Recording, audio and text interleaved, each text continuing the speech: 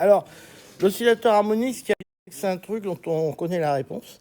Ça paraît bête ce que je dis, mais en fait, il n'y a pas tant de problèmes dont on connaisse aussi bien la réponse. Il intervient dans plein de trucs, l'oscillateur harmonique, et il intervient vachement en mécanique quantique. Donc c'est pour ça qu'on l'aime bien. Parce qu'on connaît la réponse, on connaît toutes les harmoniques, enfin on connaît tout. Il intervient dans le pendule aussi. Bon, alors là, ce qui peut être compliqué, il y a quelqu'un qui m'a fait la remarque, c'est que vous savez qu'un ressort, jusqu'à un certain point, ça tire, et jusqu'à un certain point, ça pousse.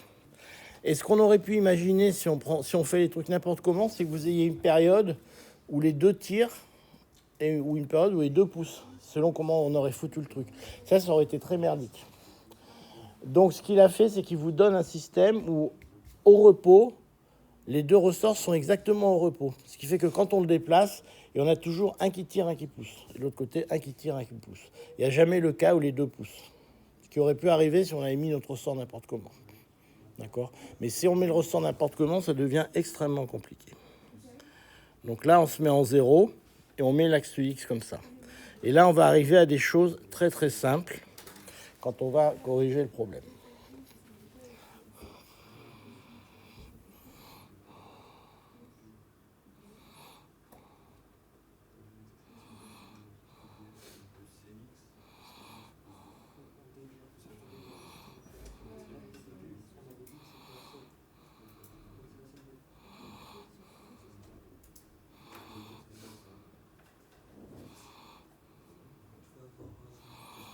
Alors maintenant, ce qu'on va faire, c'est qu'on va commencer à décaler notre truc pour le faire partir. Alors disons, je vais mal dessiner, parce que si je veux le décaler, il faut que je le décale franchement. Donc on va le décaler vers la gauche.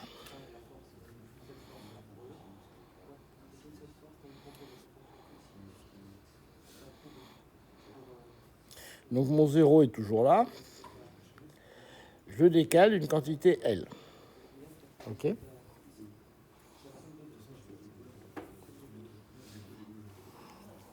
Donc, à ce moment-là, ce qui se passe, donc ça c'est la question 2, c'est ça ? Non, c'est la question 1. Donc, on va appeler ça la tension T1 et ça la tension T2. Donc, les forces sur la masse. Alors, je laisse tomber les réactions, les supports, etc., qui n'interviennent pas dans l'histoire. J'ai essentiellement T1 qui est égal à KL, dans le bon sens, hein, UX. J'ai T2 qui est égal aussi à KL UX. Donc en fait, vous voyez que les deux sont égales. Hein. Je la tire ou je la pousse. Parce qu'on a pris les mêmes coefficients dans un sens et dans l'autre.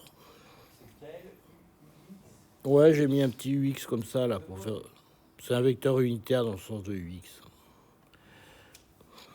C'est pour faire joli, pour bien écrire. Et on me demande l'énergie potentielle. L'énergie potentielle, dans la ressort, c'est KX2. Hein. D'accord, donc c'est 2 fois KL au carré. D'accord. 2 fois non, parce que c'est 2 fois 1,5. Excusez-moi, il y a 1,5 dans l'énergie potentielle.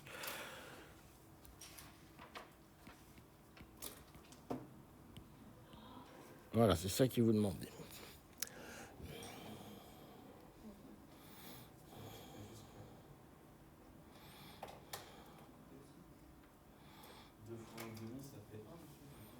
Oui, ça fait 1, oui. Non, je l'écris comme ça pour que les gens se souviennent que l'énergie, c'est 1,5 de KX carré. Du système, posons sur la masse, enfin les forces sur la masse.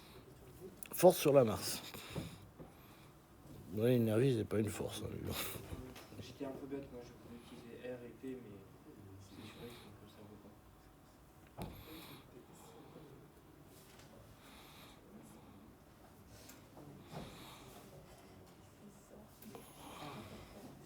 pas. Alors maintenant, ce qu'on va faire, c'est qu'on va écrire.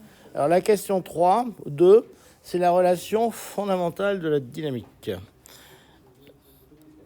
Ça, elle est sympa parce qu'elle marche toujours, celle-là aussi. Donc vous pouvez toujours dégainer celle-là, elle ne vous posera pas de problème. Alors là, par contre, il faut faire un peu attention.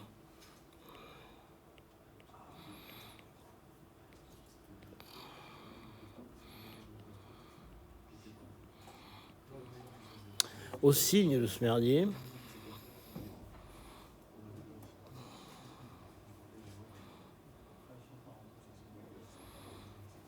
Parce que là, j'ai un moins, en fait.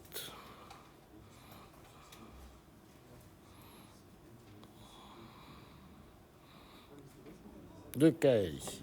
J'avais le moins sur 2KL. Oui, enfin, vous voulez le mettre sur 2KL. Bon, si vous voulez, on le met sur 2KL.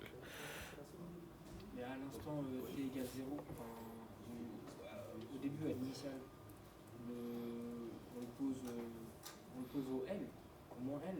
Et du coup, T2, il n'est pas plus fort que le T1. Ce qui compte, c'est en relatif par rapport à sa position d'équilibre. C'est-à-dire, par rapport à sa position d'équilibre, ils sont étirés de la même façon. La formule, elle dit que c'est la longueur initiale du ressort qui soustrait la longueur sur laquelle il est étiré. Et du coup, là, T2, Ils sont étirés de la même façon parce que justement, on a fait exprès au repos, au départ là, ils sont exactement à L0, c'est en position au repos. Donc c'est-à-dire que celui-là, je le comprime de la même façon, je l'étire exactement de la même façon que lui, je l'étire. Je le comprime. C'est fait exprès justement pour éviter ces problèmes-là. Pour qu'on ait exactement la même chose sur les deux ressorts, c'est fait exprès. Pas, du coup, quand on écrit les forces sur les masses, on n'écrit pas ce facteur de compression dessus. Si, mais il est là. Il est KL UX. On écrit qu'en compression, on a le même facteur qu'en traction.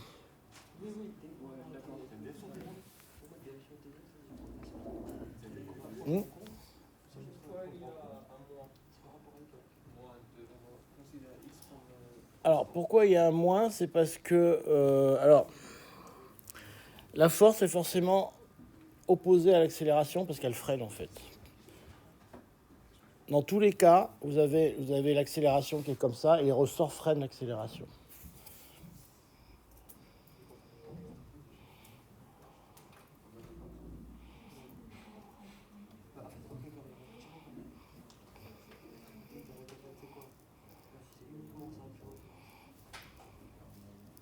Alors, quand on en est là, vous obtenez que mx point. Alors, si c'est un plus, vous allez voir le problème tout de suite. Plus 2KL est égal à 0.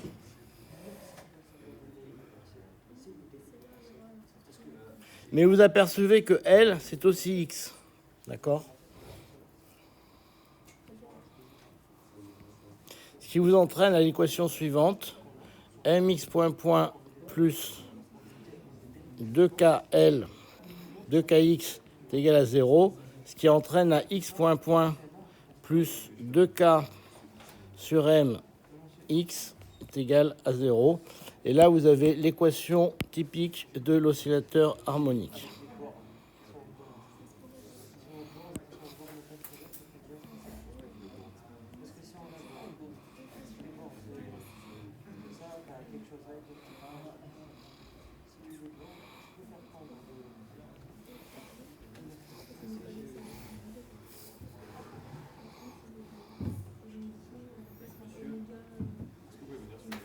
Ouais.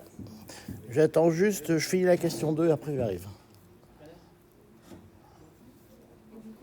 Attention au fil.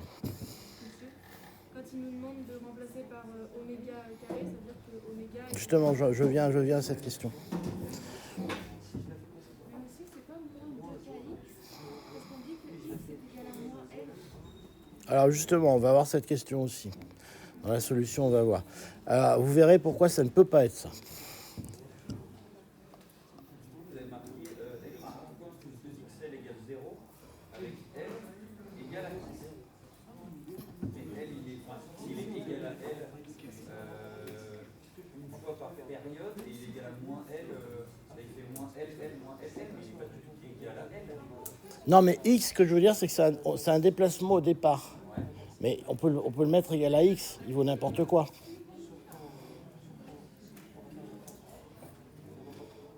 On aurait pu dire on le déplace de x.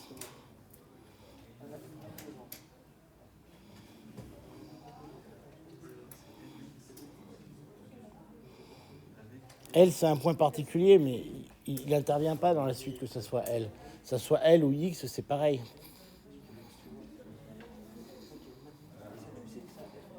Ce que je veux dire, c'est que le point L, il n'a rien de particulier. On peut le remplacer par n'importe quel point d'abscisse X. Je suis d'accord, X, il varie. Mais ce que je veux dire, c'est que...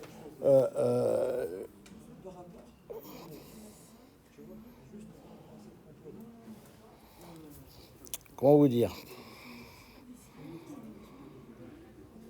En fait, ce que je veux dire, c'est qu'ici, on a pris un point X pour regarder ce qui se passe quand il est ici. D'accord? Mais ce qu'il y a, c'est que ce point-là, vous voyez que ce point-là, cette accélération, elle est reliée à ce point-là. Et ce point-là, on l'appelait L, mais on peut l'appeler X. D'accord? Et il dépend, et ce point-là est relié à X point.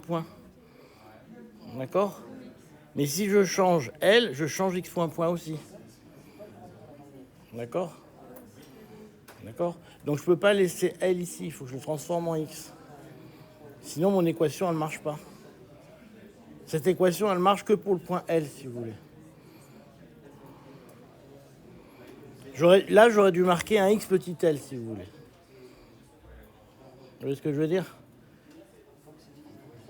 En fait, là, j'aurais dû marquer des choses comme ça. J'aurais dû marquer X point petit L ici. D'accord? Alors, pour finir ça, ce que je peux regarder, c'est que si vous regardez dimensionnellement ici, vous faites apparaître un temps au carré qui est m sur 2k est égal à un temps au carré. Donc, vous pouvez poser que oméga 0 carré est égal à 2k sur m. D'accord? Donc ça, c'est très important. Vous faites apparaître ici un temps caractéristique, enfin une pulsation caractéristique qui est égale à 2k sur m. Ouais.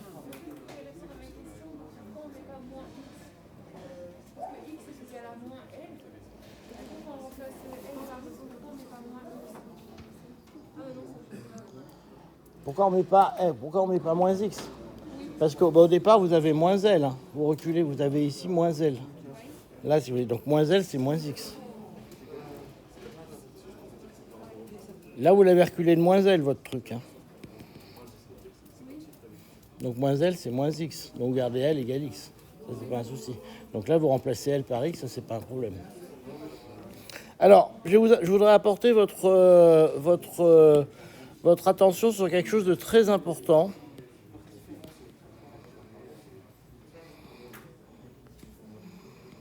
Qui est propre de l'oscillateur harmonique. Donc ça, c'est super important. Donc écoutez-moi. Ce qu'on appelle un oscillateur harmonique, c'est ça. Vous voyez que l'amplitude, enfin la fréquence, ne dépend pas de l'amplitude. Ça, c'est le propre d'un oscillateur dit harmonique. Donc vous le trouvez en particulier dans les oscillations d'un pendule. D'accord? Alors, je ne sais pas si vous avez vu chez votre grand-mère ou votre arrière-grand-mère les grandes pendules qui montent jusqu'au plafond avec un petit truc qui bat comme ça. C'est exactement le même principe. Pour des petites oscillations, la période de l'oscillation ne dépend pas de l'amplitude. Alors, c'est vachement pratique parce que du coup, vous lancez votre truc le matin ou le soir, etc. Évidemment, il va ralentir. Ça, on sait qu'il ralentit. Mais, voilà. Même c'est pire, parce que quand vous le lancez hyper haut, là par contre, pour le coup, l'amplitude commence à dépendre de la fréquence commence à dépendre de l'amplitude. Mais quand il est bas, vous savez qu'il va ralentir pendant 2 jours, 3 jours, mais tant qu'il oscille, la fréquence ne dépend pas de l'amplitude. Donc il va ralentir, et en fait, plus il ralentit, plus il va lentement. Donc ça compense les deux phénomènes. Et à la fin, tant qu'il ne s'est pas arrêté, la fréquence ne dépend pas de l'amplitude, donc vous avez une base de temps qui reste la même. Et ça, c'est exactement la même chose qu'on appelle l'oscillateur harmonique. C'est que la fréquence ne dépend pas de l'amplitude. Donc ça, ce truc comme ça qui oscille, il va osciller de moins en moins vite, si vous voulez. L'amplitude va baisser, mais comme il va osciller de moins en moins vite, l'un dans l'autre, la fréquence va rester absolument constante. Et ça, c'est remarquable, ce principe de l'oscillateur harmonique. Alors évidemment, l'anharmonicité apparaît si vous tirez trop loin. Parce qu'en fait, vous avez le K de X qui devient non linéaire. C'est le K de X, la force n'est pas en K de X, elle est en K de X plus quelque chose. D'accord ? Et elle va se mettre à être perturbée comme ça. Alors, chose très importante, pourquoi on a un plus là et pas un moins?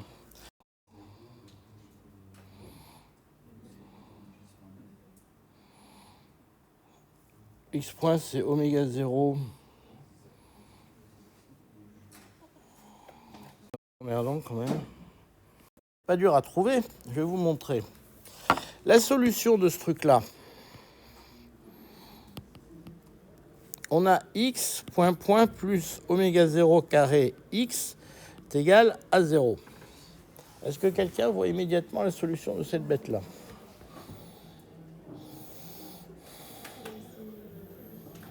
Peut-être qu'elle est donnée d'ailleurs, non?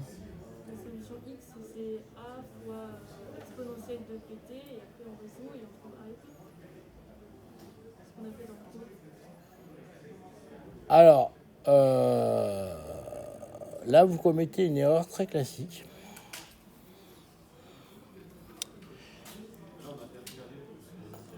Alors, regardez bien. Faites attention au signe. Là, c'est un des cas où le signe est très important. La solution de cette chose-là, c'est x est égal à a cosinus oméga t plus phi. Alors, retenez bien ce que je vais vous dire pour éviter une erreur très classique. X est égal x carré,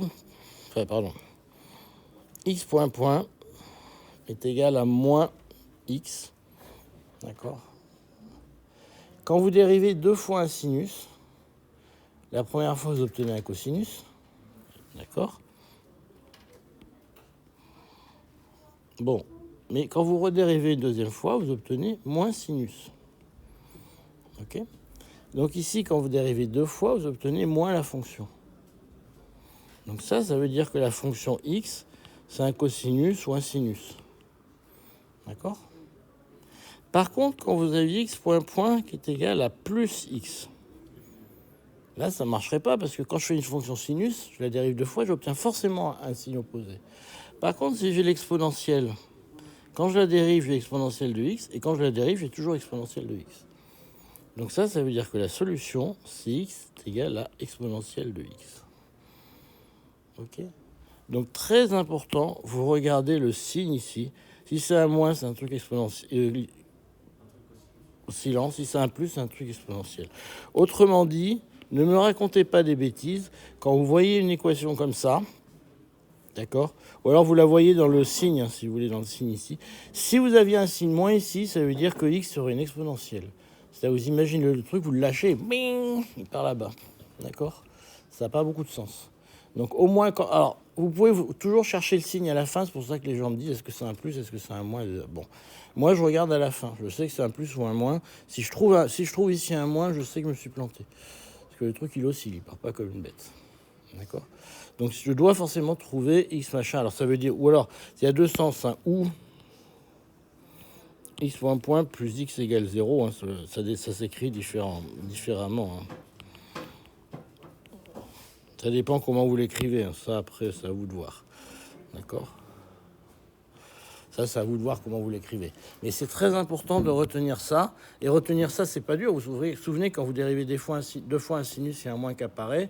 Par contre, quand vous dérivez deux fois l'exponentielle, il n'y a pas de moins qui apparaît. Souvenez-vous-en, ça vous évitera d'écrire des bêtises. D'accord? Et ça apparaît souvent en mécanique. Ben, par exemple, quand on a le frottement visqueux, bon, le frottement visqueux, non, ça apparaît pas parce qu'il y a un second ordre qui apparaît. Mais il y a plein de trucs où ça apparaît comme ça. D'accord? Ben, le ralentissement et trucs. Et des fois, on a des gens qui nous sortent des belles exponentielles pour un truc qui ralentit. Quoi. Donc dites-vous que vous avez un problème quand même quand vous arrivez là. D'accord? Donc ça, c'est pas dur à retenir. Hein. Donc voilà. Donc dites-moi pas dans le cours, on a vu que c'est une exponentielle alors qu'on est en train de regarder un mouvement oscillant quand même.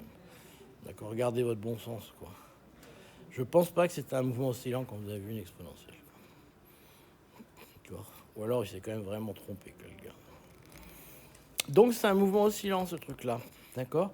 Avec une période qui ne dépend pas de l'amplitude. Donc vous le faites osciller. Puis demain matin, si vous revenez, s'il oscille toujours, il aura toujours la même fréquence. D'accord? C'est assez précis, hein, mine de rien. Vous le changez quelques minutes tous les 2 jours, mais ça marche pas si mal. C'est très compliqué, d'ailleurs, vous pouvez vous poser la question, mais là, je vais faire un petit apartheid.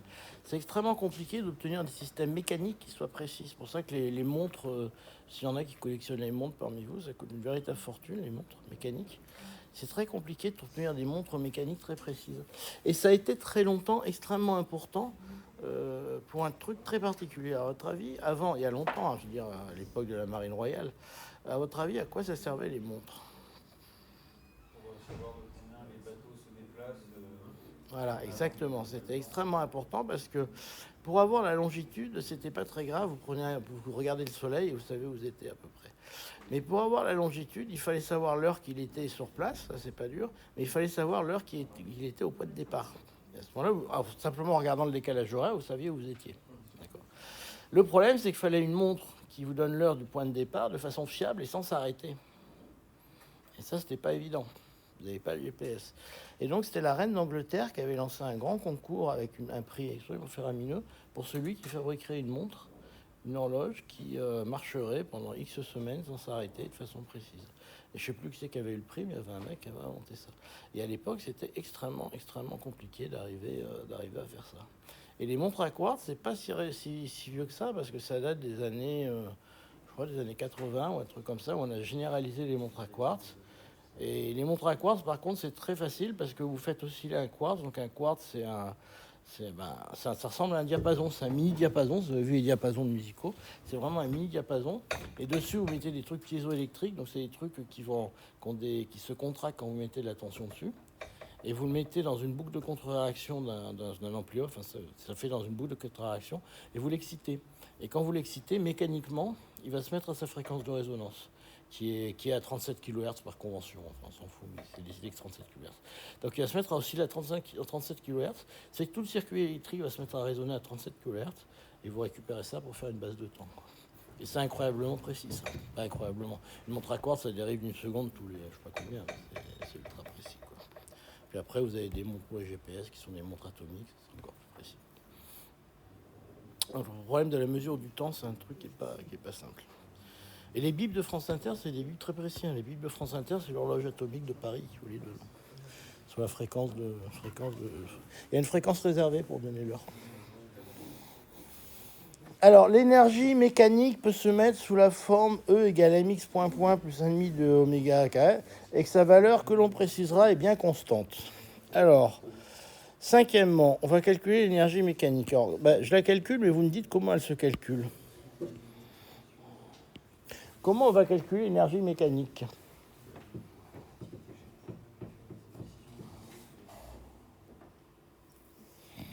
Hein?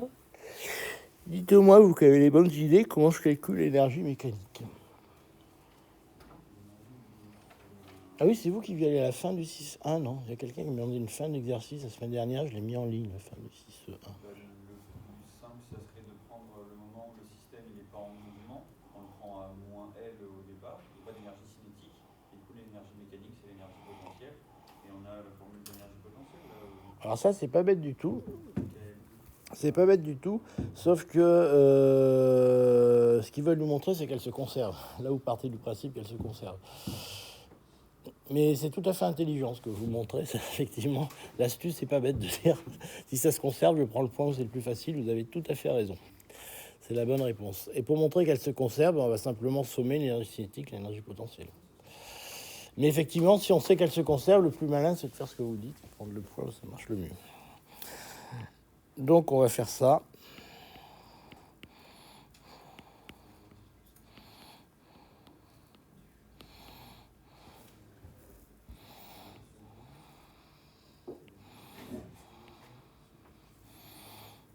Donc, x point carré, d'accord.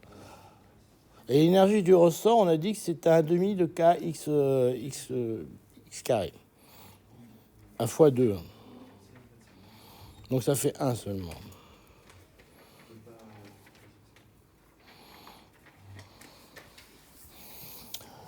Bon, on va y aller. Alors, x point, c'est égal à quoi? Du coup, je vais même pas marquer la réponse. Sinus. C'est x point. Ah oui, x point, je vous ai pas donné la réponse.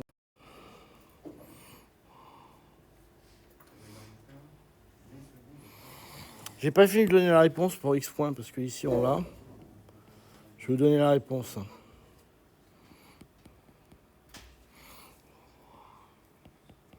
Donc à t égale 0, x égale L, on est d'accord. Donc on met phi égale 0. Et A égale L. D'accord.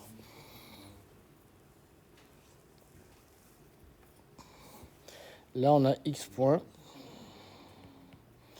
qui est à moins L oméga 0 sinus oméga t. Pourquoi A égale L? A égale moins L, c'est ça que vous voulez dire?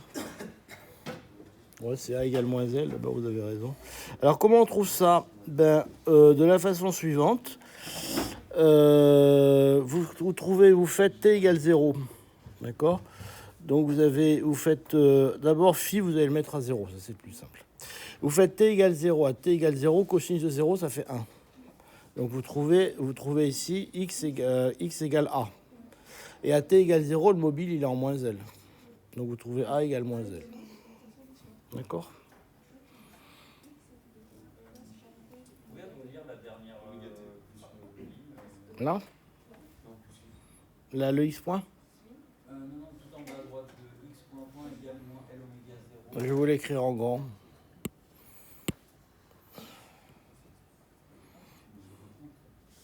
Est-ce que vous savez calculer directement x point à partir de ça ou est-ce que vous voulez que je vous le mette?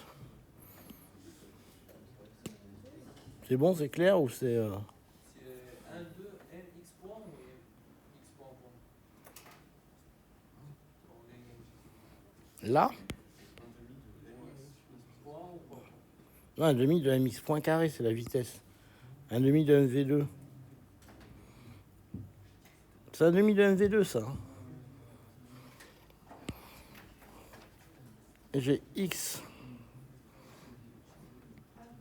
point qui est égal à moins a oméga 0 sinus oméga 0 t. Et ça me vient de là.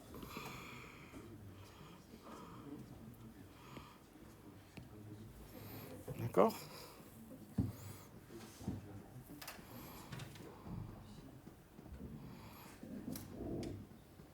Vous n'avez pas remplacé A par L. Par moins L. Ah oui, si je remplace A par moins L.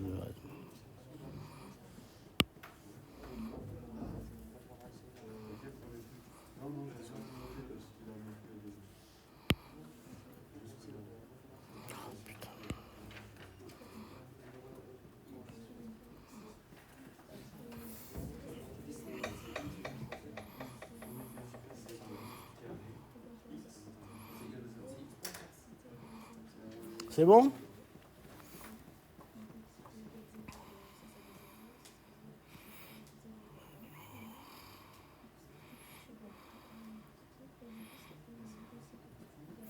Est-ce que tout le monde y est sur ces deux façons de trouver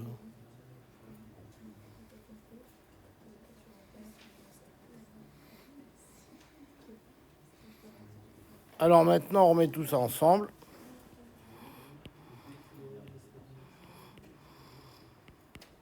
Ouais, EP, c'est l'énergie potentielle.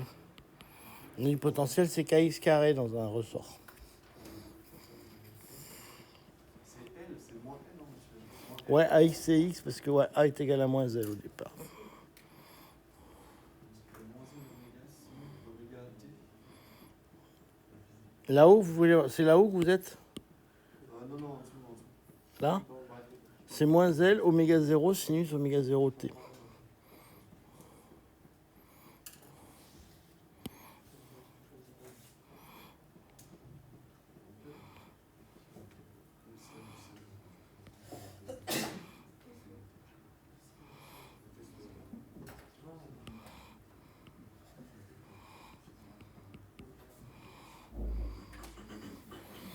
Alors K, vecteur de x carré c'est L carré, cosinus carré,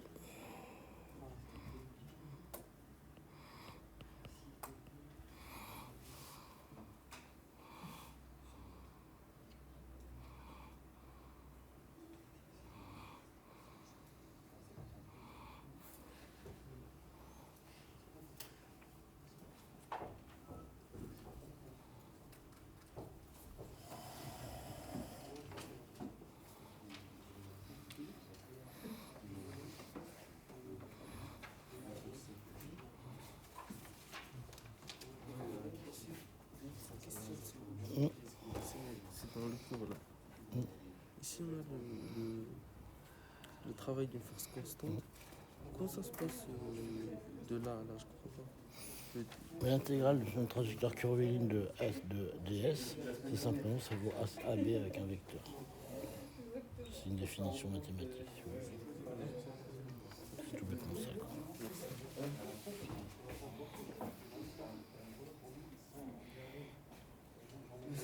Vous avez écrit quoi après à la deuxième ligne? Vous avez mis x point est égal à temps. C'est a cos. Non, vraiment tout en.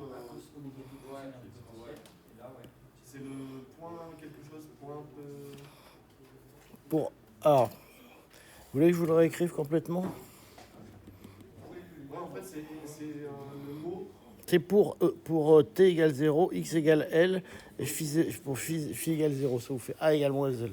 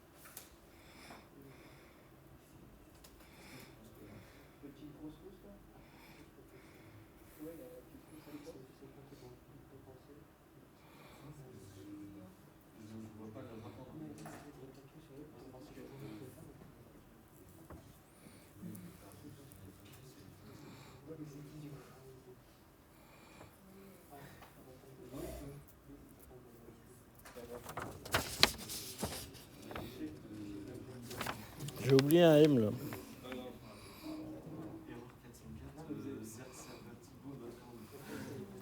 je suis sur Europe 1 et vous êtes sur.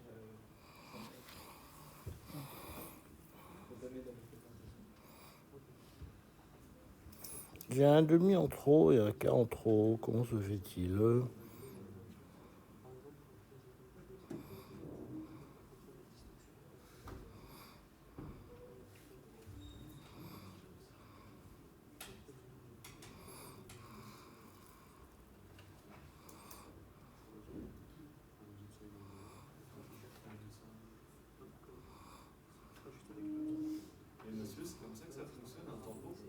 Un quoi? Hein? Un métronome. Mécanique, quoi. Il me manque un truc. Qu'est-ce qui se passe?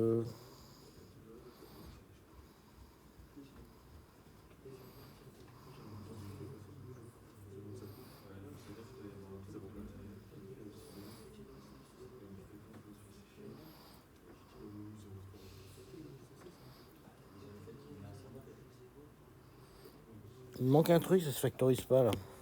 Normalement, ça se factorise pour faire sinus carré plus cos carré. Et tout ça se factorise pour tomber sur une constante. Et là, que dalle.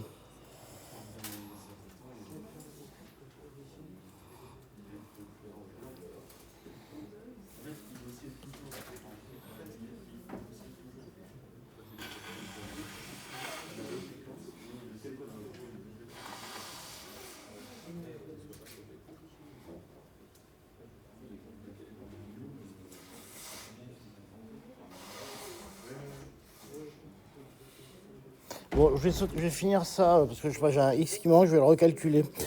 Bon, en attendant, vous, ce que vous voulez, l'abbé voulait que vous fassiez, en attendant pour finir, c'était juste le 7-1. Donc, ce qu'on peut attaquer, par contre, c'est le 6. C'était le 6. Non, celui-là est 10. Attendez, je vais vous en donner un qui était pas mal.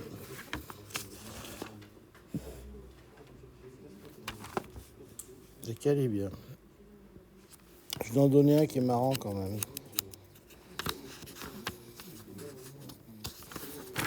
Ceux qui sont chiants, ils sont chiants.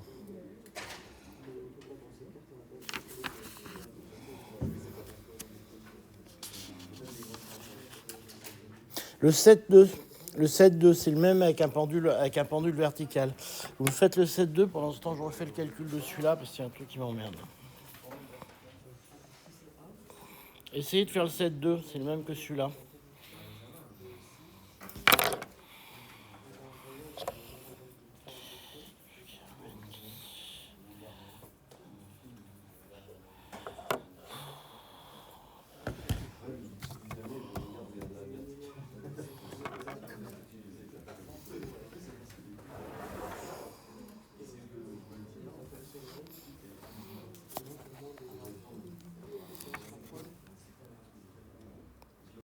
Un demi de m L carré oméga 0 carré.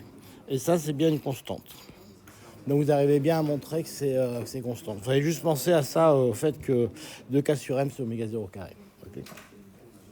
Bon, alors mon pendule qui se coule. Hein. Alors, il y a deux façons de faire cet exercice. C'est soit avec la relation fondamentale de la dynamique, ce qui n'est pas forcément le plus simple, soit avec la conservation de l'énergie potentielle. Alors, je vais vous faire je vais vous faire les deux techniques, en fait. Si j'ai pas le temps, je vous le mettrai en ligne.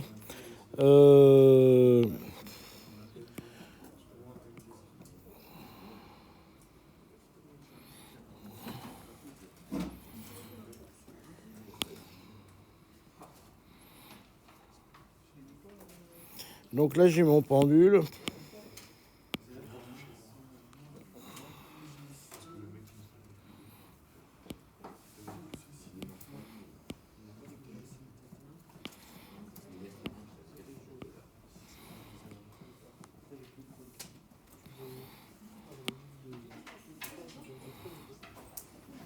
Là, avec ici un angle θ. Et puis ici, j'ai mon pendule qui est là et qui est là. Alors en fait, ce que vous allez faire, c'est que vous allez écrire simplement la conservation de l'énergie cinétique et les conservations d'énergie mécanique. Et c'est ce qu'il vous demande de faire.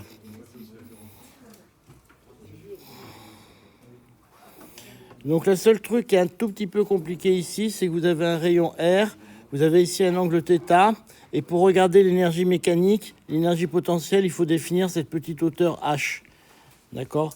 Et ça, c'est un peu merdique parce que vous voulez que H, petit h, va être défini par grand H moins grand H, moins grand R. Au revoir, moins grand R cosinus θ, si je ne me trompe pas, ça va être ça. Grand R, moins grand R cosinus θ. Donc c'était grand R, facteur de 1 moins cos θ. Grand R, c'est la longueur de mon pendule. D'accord? Donc petit h, c'est grand R, facteur de 1 moins cos θ. Bah, si je ne me trompe pas, ça fait ça, parce que si je fais cos θ est égal à 0, ça me fait 1 moins 1, ça fait 0, donc petit h est égal à 0. Si je fais θ égale pi sur 2, ça me fait grand R, donc ça m'a l'air juste. D'accord? C'est ça que vous avez mis longtemps à trouver.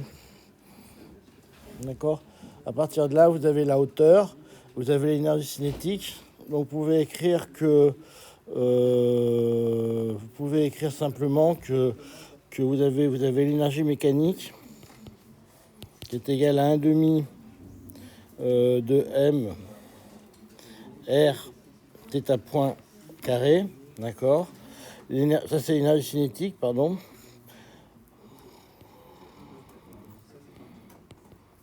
L'énergie potentielle, c'est simplement m g r facteur de 1 moins cos θ. Alors je crois qu'il vaut mieux le mettre en sin θ. Alors comment on fait pour le mettre en sin θ? Je sais plus, je vais peut-être pas le définir par là.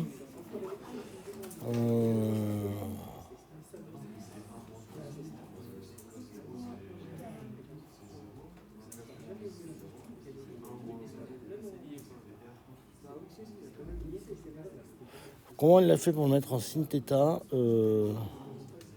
Et vous écrivez que EC plus EP est égal à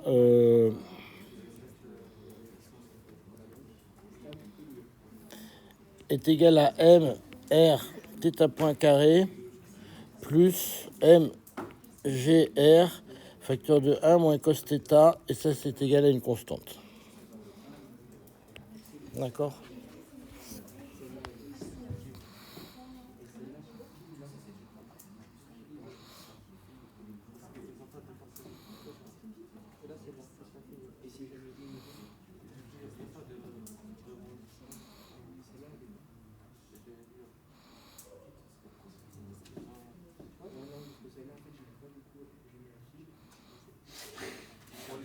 Pour l'énergie cinétique, il n'y a pas un demi qui respecte ça. Si.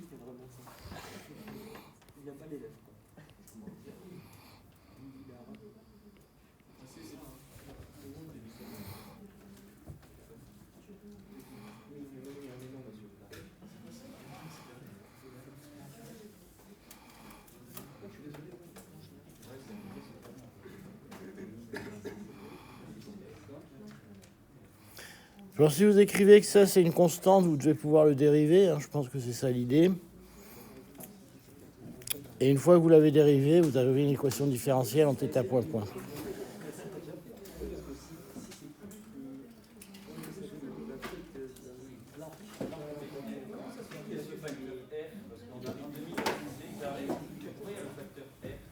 R c'est la longueur du truc.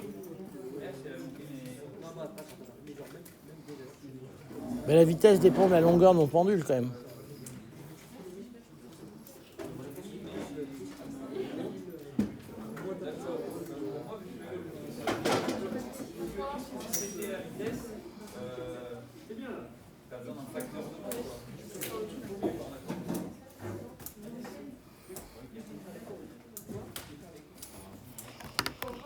Ça?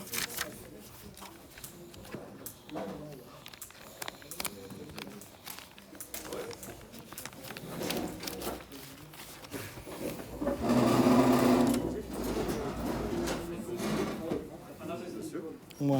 Moi, j'ai fait au niveau des axes, du coup, j'ai dit comme quoi le pendule, il avait un poids aussi. Et du coup, en fait, selon là où il était, Ouais. du coup, Mais il a aussi ça, vous l'avez fait. C'est une autre méthode pour le faire, ça. Du coup, j'ai fait son X, Ouais. son Y. Ouais. au point Et 1 après, au vous point avez 2. fait la relation fondamentale de la dynamique dessus. Ouais, c'est une autre méthode pour le faire. Ça. Elle marche aussi. Mais moi, le poids, le poids, il se retrouve caché dans l'énergie potentielle. Ouais. Et vous allez retrouver un sinus θ. Quand vous avez projeté le poids, vous avez le sinus θ qui apparaît. Moi, il apparaît dans la hauteur. C'est les deux méthodes pour faire ce problème.